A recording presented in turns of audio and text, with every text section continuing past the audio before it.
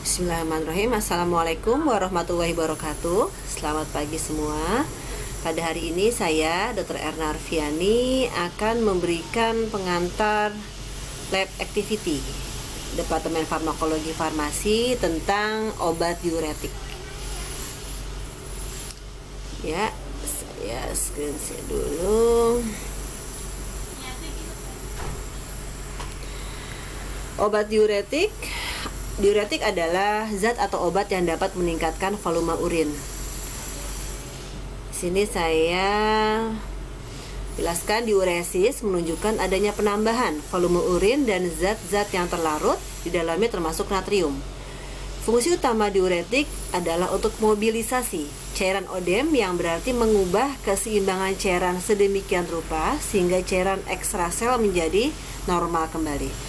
Ini merupakan regulasi normal cairan dan elektrolit oleh ginjal, di mana 16-20% plasma darah difiltrasi dalam glomerulus masuk dalam kapsula Bowman, lalu mengalami filtrasi di mana filtratnya berupa glukosa, natrium, bikarbonat, asam amino, asam organik lain, elektrolit seperti natrium, kalsium, dan kalium. Lalu mengalami reabsorpsi, yaitu terutama ion natrium, klorida, dan air, dan mengalami sekresi juga yaitu kalium, asam basa organik, dan asam, dan akhirnya semua diekskresikan. Anatomi ginjal kita bahas sedikit, yaitu secara anatomi ginjal terbagi menjadi medula dan korteks, di mana pada bagian korteks terdapat banyak nefron yang merupakan unit fungsional dalam ginjal. Secara struktural dan fungsional, nefron dibagi menjadi bagian yaitu glomerulus, tubulus contortus proximalis, rectus proximalis, lalu ansa Henle yang mempunyai cabang descendens dan ascendens, dan tubulus contortus distalis, lalu menyambung ke tubulus colligenstus dan ductus colligenstus. Ini adalah bagiannya dari glomerulus, tubulus contortus proximalis, ansa Henle, tubulus contortus distalis, dan tubulus colligenstus. Ini merupakan nefron beserta fungsi-fungsinya, dapat dibaca ya. Sini regulasi normal cairan elektrolit oleh ginjal seperti sudah dijelaskan tadi, bahwa dia akan mengalami filtrasi, lalu reabsorpsi ya, dan juga sekresi, akhirnya semua dikeluarkan ke urin. Tubulus proksimal akan melakukan reabsorpsi yaitu glukosa, asam amino, bikarbonat, dan metabolitnya. Dan elektrolit-elektrolitnya adalah sebagian besar natrium, klorida, dan air mengikuti secara pasif, sedangkan 85% adalah bikarbonat. Yang disekresikan adalah asam-asam organik. Untuk di bagian ansa Henle, untuk pars descendens atau epitel yang tipis, karena dia permeabel terhadap air, jadi dia dapat reabsorpsi air secara pasif. Sedangkan untuk pars ascendens, karena epitelnya tebal, dia tidak permeabel terhadap air, dia mengalami reabsorpsi natrium, kalium, klorida, magnesium, dan kalsium, dan mengalami sistem transport natrium, kalium, klorida ke tubulus. Pada tubulus distal, di mana bagian ini tidak permeabel terhadap air dan terjadi reabsorpsi natrium dan klorida. Sistem transport natrium klorida ini ke dalam tubulus, dan di sini ada hormon paratiroid, di mana terjadi reabsorpsi kalsium secara aktif sehingga dapat meningkatkan kalsium di dalam darah. Selanjutnya ductus colligenstus, terjadi reabsorpsi natrium klorida, di mana terjadi sekresi kalium, diatur oleh hormon mineralokortikoid endogen yaitu aldosteron. Sel utamanya dia terjadi reabsorpsi natrium, ekskresi kalium, dan di sini ada hormon antidiuretik atau vasopresin yang dapat menyebabkan apabila dia berfungsi di sini, maka epitel menjadi permeabel terhadap air dan urinnya menjadi pekat. Dan apabila tidak berfungsi atau mengalami penurunan hormonnya, maka epitelnya tidak permeabel terhadap air dan terbentuk urin yang encer. Kita masuk ke obat diuretik. Obat diuretik adalah obat yang menambah kecepatan pembentukan urin, volume urin, dan zat yang terlarut di dalamnya. Jadi dia makin mempercepat pembentukan urin sehingga jumlahnya menjadi banyak. Mekanisme kerjanya adalah menghambat reabsorpsi natrium. Tadi kita lihat adalah natrium itu dapat menarik air dan juga dia direabsorpsi terus di beberapa bagian dari fungsional nefron tadi, sehingga apabila dihambat reabsorpsi natriumnya, maka dengan sendirinya dia akan banyak keluar melalui urin, menjadi urin. Golongan obat-obat diuretik secara garis besar ada dua, yaitu satu penghambat mekanisme transport elektrolit dan yang kedua diuretik osmotik. Ya, untuk penghambat mekanisme transport elektrolit ada penghambat karbonik anhidrase, ada diuretik kuat, ada benzotiadiazid dan diuretik hemat kalium. Ini tepat dari mekanisme kerja diuretik, di mana pada tubulus proximalis dia bekerja obat-obat penghambat karbonik anhidrase. Jadi di sini tubulus proximalis, di angsa Henle yang proksimalnya, ya, tubulus proksimal dan angsa Henle yang descendensnya. Pada tubulus terutama tapi di tubulus proksimal di sini terlihat ya. Untuk yang diuretik osmotik dapat berfungsi di tubulus proksimal dan juga di angsa Henle yang descendens. Untuk diuretik kuat kita lihat bisa berfungsi di angsa Henle yang ascendens ya. Dan di sini kerjanya dari diuretik tiazid, di sini kerjanya dari diuretik kalium, hemat kalium. Oke, secara garis besar seperti itu. Ini lebih detailnya lagi, di mana diuretik osmotik bekerja di tubulus proksimal. Tadi mana nih? Di tubulus proksimal, ya, di sini nih, tubulus proksimal, angsa Henle descendens di sini, sama colligentes. Nanti di sini dia bisa bermain lagi, ya. Untuk golongan penghambat karbonik anhidrase di tubulus proksimal di sini nih dia.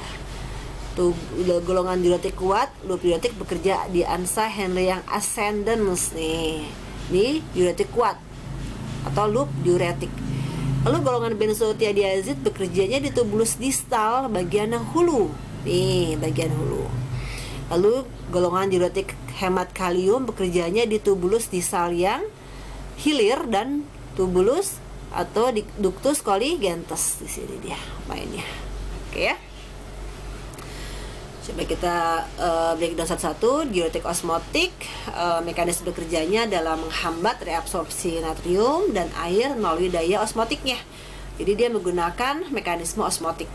Tempat kerjanya tadi sudah disampaikan di tubulus proksimal, angsa Henle descendens dan ductus colligentes. Indikasinya apa?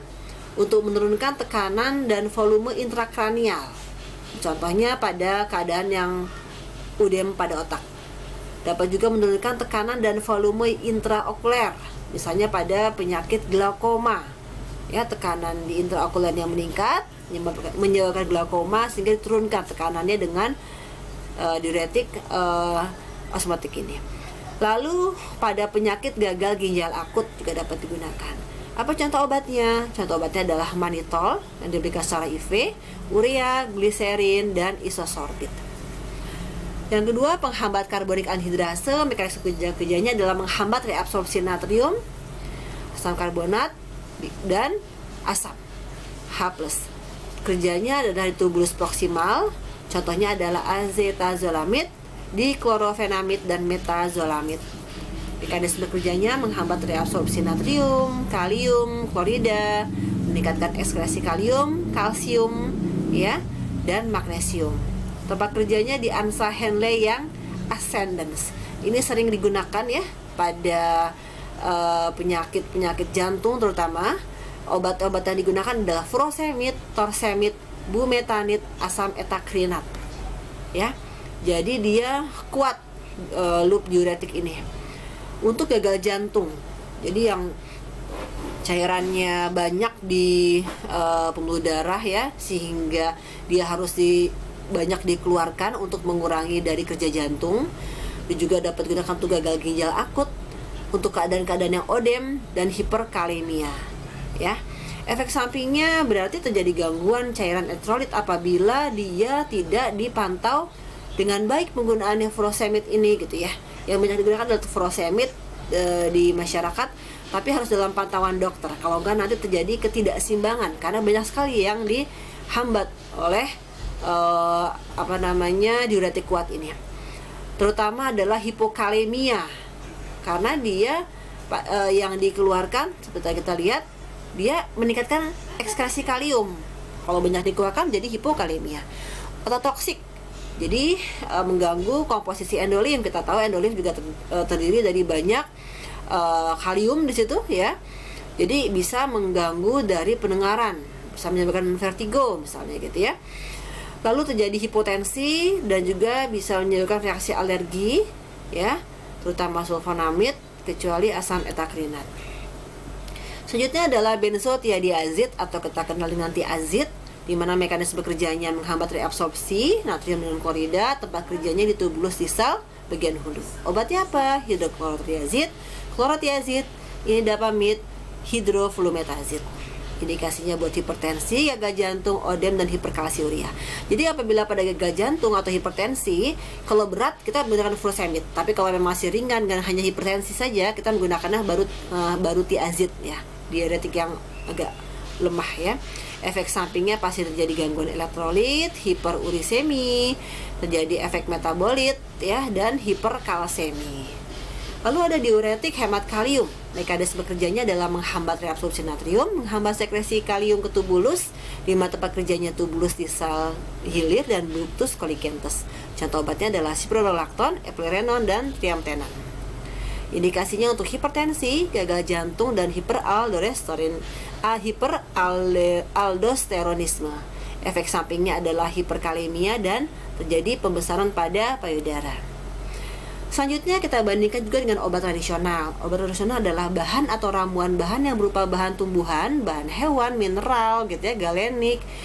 Secara turun-temurun telah digunakan untuk pengobatan berdasarkan pengalaman. Contohnya adalah jamu, herbal, dan herbal terstandar. Obat herbal terstandar adalah sediaan obat bahan alam yang telah dibuktikan keamanan dan khasiatnya secara ilmiah dengan uji praklinik, dan bahan bakunya juga telah distandarisasi. Kalau fitofarmaka lebih tinggi lagi daripada herbal terstandar. Jadi ini kalau jamu yang secara turun-temurun, kalau ini sudah terstandarisasi dan preklinik ujinya, sedangkan ini adalah uji praklinik dan klinik. Dan sama-sama yang dua ini telah distandarisasi bahan bakunya. Kita menggunakan ortosipon stamineus atau kumis kucing yang kita pakai simplicia dari daunnya dikeringkan, di mana senyawa aktifnya flavonoid, saponin, dan potasium ini di mana saat turun-temurun telah digunakan untuk nyeri saat buang air kecil, kencing batu, dan peluruh air seni. Jadi dia digunakan sebagai diuretik. Dia akan dibandingkan dengan obat diuretik secara kimia ya, secara konvensional. Selanjutnya ada juga kopi robusta, golongan kopi arabica. Simplicianya digunakan adalah biji kopi yang telah dikeringkan dengan senyawa aktifnya alkaloid, kafein, golongan siantin. Dia dapat menyebabkan bertambahnya air seni diuresis. Mekanismenya menghambat pelepasan antidiuretik hormon, dan sehingga air yang direabsorpsi menjadi sedikit, dan sehingga air pipisnya menjadi banyak. Dan siantin juga dapat memblokir reabsorpsi natrium sehingga tetap berada di urin dan air BAK-nya menjadi banyak. Nanti hasil dari pengamatan kelompok ini ada tulis di lembaran pengamatan, di mana dibandingkan antara Aquades, Infus, biji kopi, dan furosemid. Karena ini secara daring, maka kami sampaikan saja. Nanti di lembarannya sudah ada jawabannya. Pada Aquades pada menit 15 berapa, 30 menit berapa, 45 menit berapa, 60 menit berapa. Jadi tikusnya disonde oleh Aquades, disonde oleh infus biji kopi, dan disonde oleh furosemid. Lalu dilihat pada menit ke-15, 30, 45, 60 berapa jumlah BAK yang dihasilkan. Sehingga nanti semua itu dianalisa ya, dan dijawab di lembar pengamatan.